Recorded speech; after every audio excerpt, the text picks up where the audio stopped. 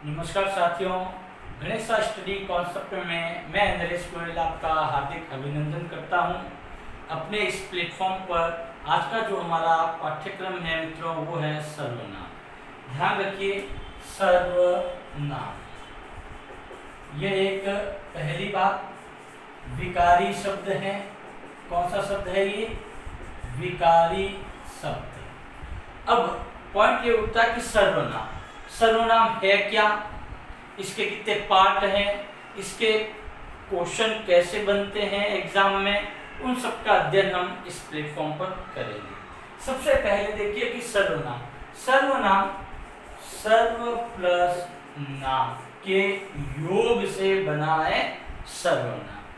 ज्ञात रहे आपको कि नाम का तात्पर्य होता है संज्ञा। क्या होता है? संज्ञा। और सर्व बोले तो सभी, यानी कि सभी नाम। यहां पर हम ये देख सकते हैं कि सर्वनाम का शाब्दिक अर्थ होता है सभी नाम, अर्थात वे शब्द जो संज्ञा के स्थान पर प्रयुक्त होते हैं उनको हम क्या कहते हैं? सर्वनाम। अगर इसको संक्षिप्त में परिभाषित करें हम, तो हम ये कह सकते हैं कि संज्ञा के स्थान पर प्रयुक्त होने वाले शब्दों को सर्वनाम कहते हैं। ध्यान रखें मित्रों कि संज्ञा के स्थान पर प्रयुक्त होने वाले शब्दों को हम क्या कहते हैं? सर्वनाम कहते हैं। अब पॉइंट ये उठता है हमारे सामने कि सर्वनाम का प्रयोग आखिर क्यों किया जाता है, कहाँ आवश्यकता पड़ी कि हमने व्याकरण में संज्ञा के स्थान पर सर्वनाम का प्रयोग किया तो उसका रीजन क्या है, कारण क्या है। तो ध्यान रखिए कि जब अपन व्याकरण की बात करते हैं तो इसमें भाषा को श्रेष्ठ करने के लिए हम संज्ञा की बार बार पुनरावृत्ति नहीं कर सकते हैं।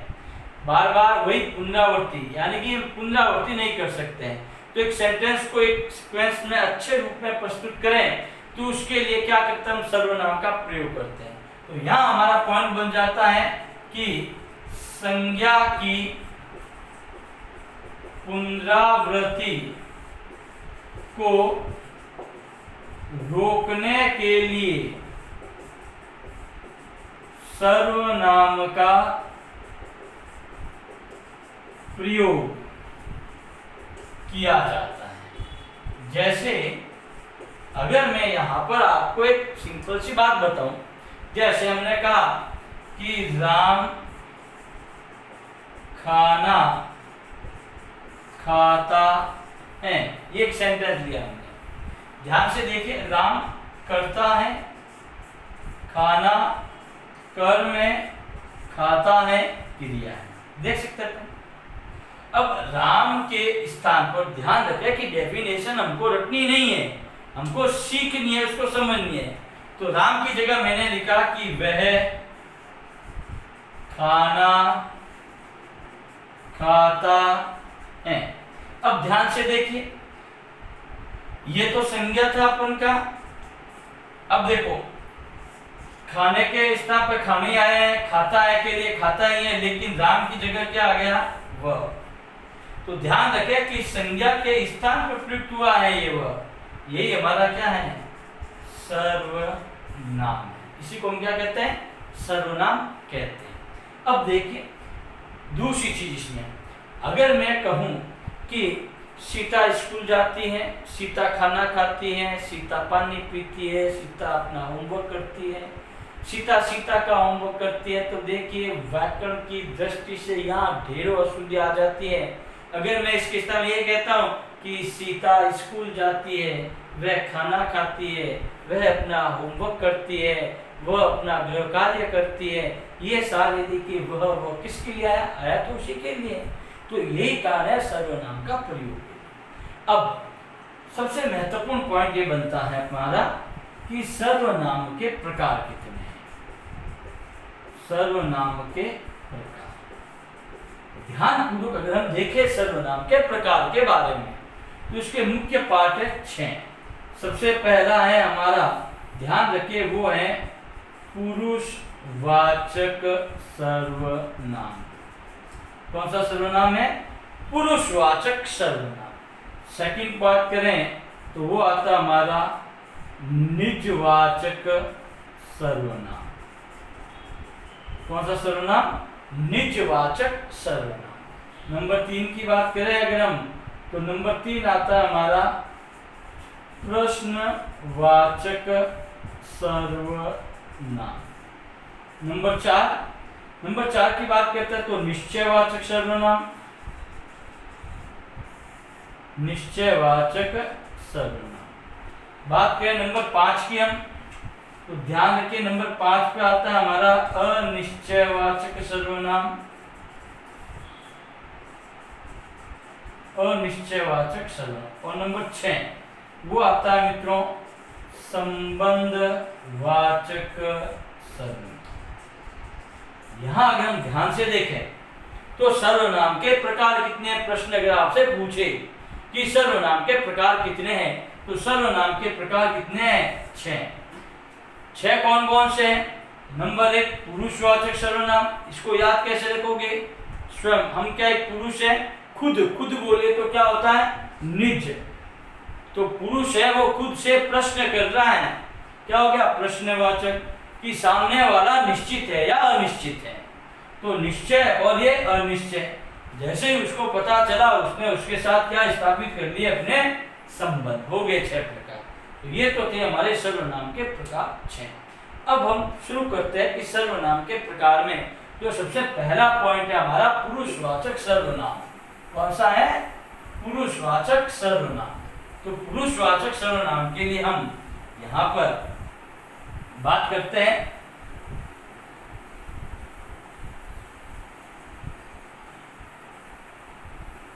लीजिए, अब आपके सामने आता है नंबर 1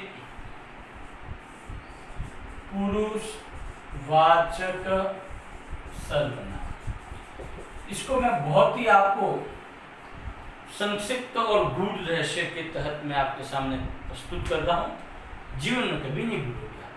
पुरुषवाचक सर्वनाम है क्या?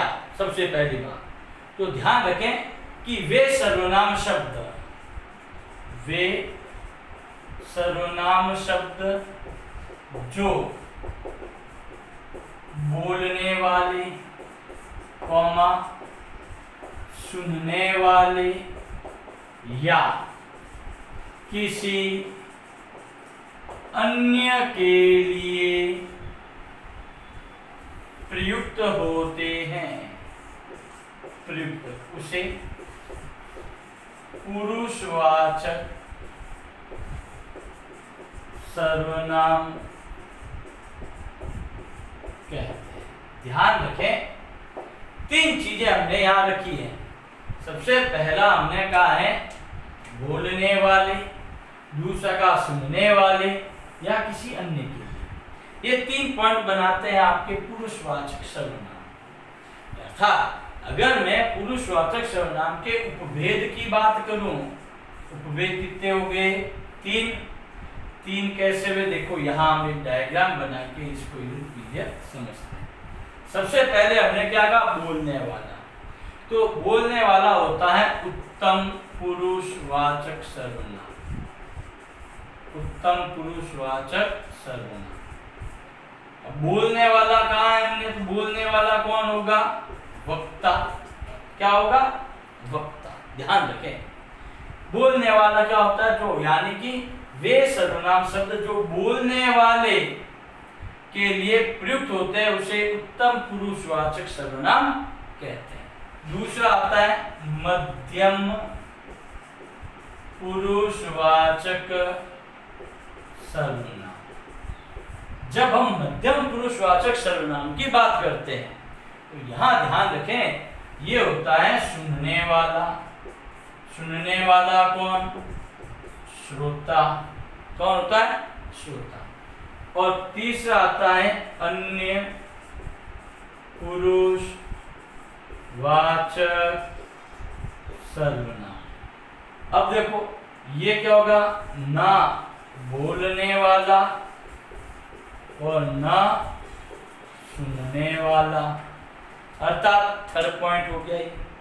अब यहाँ अगर हम ध्यान से देखें कि उत्तम पुरुष तो होता है वक्ता, वक्ता कौन होगा, एक वचन के लिए मैं, बहुवचन के लिए हम। इसके साथ जो भी विभक्तियां का प्रयोग करें अपन, या first person, second person, third person की भी बात करें तो वो भी क्या आएगा इसमें, जैसे मैं से बना मेरा, मुझे, मुझको, मुझसे, ये सारे, हमारा, हमसे, हमको, ये सारे किस में आएगा, आपके उत्तम पुरुषवाचक सर्वनाम। दूसरा मध्यम पुरुषवाचक सुनने वाला कौन, तू, तुम, आप। इसमें भी अपन वही बात कह सकते हैं जो विभक्तियों की बात हो रही है, जैसे तुमसे, तुम्हारा, तुमसे, तुम्हें, ये सारे हैं। ध्यान रखें, तुम में मात्रा हमेशा बड़ी आती है जबकि तुम में छोटी आती है। बात करें आपकी, आप ध्यान रखिए आदर सूचक शब्द हैं। मैं बोल रहा हूं, मैं वक्ता हूं, इसलिए मैं उत्तम पुरुष हूं। आप सभी सुन रहे हैं तो आप क्या, श्रोता हैं। अगर मैं किसी थर्ड पर्सन के बारे में बात करूं कि भाई वो आया नहीं जो कल यहाँ बैठा था, तो वो क्या है, अन्य पुरुष है। तो ध्यान रखिए अन्य पुरुष में क्या आएगा, नजदीक के लिए यह, दूर के लिए वह, बहुवचन ये, वे, इस, उस, ये सारे क्या बोध कराते हैं, अन्य पुरुषवाचक सर्वनाम। जैसे अगर मैं यहाँ एक सेंटेंस लिखता हूं कि मैं पुस्तक पढ़ता हूं, यहाँ देखिए ये जो मैं, ये किसका बोध करा रहे हैं, उत्तम पुरुषवाचक सर्वनाम। एक बात आपको और ध्यान रखनी है मित्रों कि जब अपन सर्वनाम का प्रयोग करते हैं तो ये पुल्लिंग और स्त्रीलिंग दोनों के लिए समान रूप से प्रयोग होता है। लेकिन अब प्रश्न ये उठता है कि अगर ये दोनों रूप में चलेगा तो हमें कैसे पता चलेगा कि ये जो मैं है वो पुल्लिंग के लिए प्रयुक्त हुआ है या फिर स्त्रीलिंग के लिए। तो ऐसे स्थिति में हमारा जो सबसे मुख्य पार्ट बनता है वो है क्रिया। क्रिया आपको बोध कराती है, कौन, क्रिया, वर्ब। वर्ब आपको बोध कराती है कि जो मैं शब्द प्रयोग में लिया गया सर्वनाम वो पुल्लिंग है या स्त्रीलिंग। जैसे यहाँ अगर हम देखें, मैं पुस्तक पढ़ता हूँ, पढ़ता हूँ पुल्लिंग क्रिया, अर्थात ये अपना जो मैं है वो क्या है, पुल्लिंग है।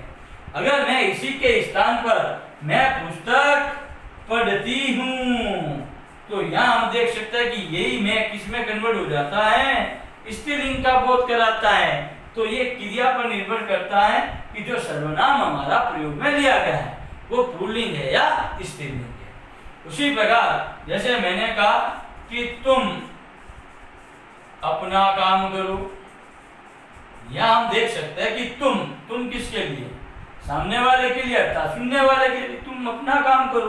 तो ये जो तुम है वो तुम्हारा क्या हो जाएगा, मध्यम पुरुषवाचक सर्वनाम। और थर्ड पॉइंट है अन्य पुरुषवाचक सर्वनाम की। तो ध्यान रखिए ये बहुत ही महत्वपूर्ण पॉइंट है, यह, वह, ये, वे, इस, उस। इसका प्रयोग हम आगे भी करेंगे, लेकिन इसमें ध्यान रखना केवल एक सिंगल सर्वनाम ही आएगा। जैसे कि वह कहाँ है, क्या पूछा कि वह कहाँ गया। अब यहाँ अगर हम देखें कि वह एक ही सर्वनाम है, अगर वो मेरे सामने होता तो मैं ये नहीं कहता कि वह कहाँ गया है, सीधा कहता कि तुम कहाँ गए हो, इस प्रकार से। तो ये हो गया हमारा पहला पॉइंट, पुरुषवाचक सर्वनाम। इसी के साथ मैं अपने शब्दों को विराम देता हूँ। धन्यवाद।